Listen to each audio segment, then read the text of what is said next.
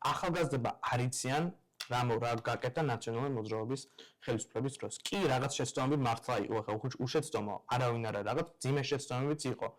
მაგრამ ეს ხალხმა ხო გასცა ამაზე პასუხი და პასუხისმგებლობა აიღო. პასუხისმგებლობაც აიღო. მიშა სააკაშვილმა და ნაციონალურმა მოძრაობამ ორჯერ აიღო პოლიტიკური პასუხისმგებლობა. ერთი იყო 7 ნოემბერი, როდესაც მიშა გადადგა და დანიშნა არჩევნები, რაც ამ ქვეყნის ისტორიაში არ მომხდარა.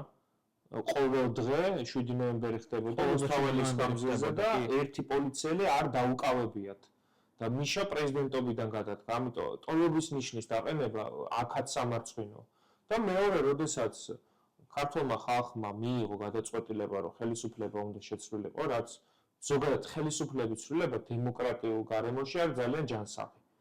მაგრამ ტრაგედიამდე მივედით. ამიტომ შეფასდა 1 ოქტომბერი ტრაგედიად, თორემ მიშა სააკაშვილის ბიოგრაფიაში ეს მაინც ჩაიწერება, როდესაც ქართული ოცნება ხელისუფლებიდან წავა პოზიტიურ შტრიხად, რომ მან შეძლო და აიღო პოლიტიკური პასუხისმგებლობა და რეგიონში პირველად გააკეთა ეს.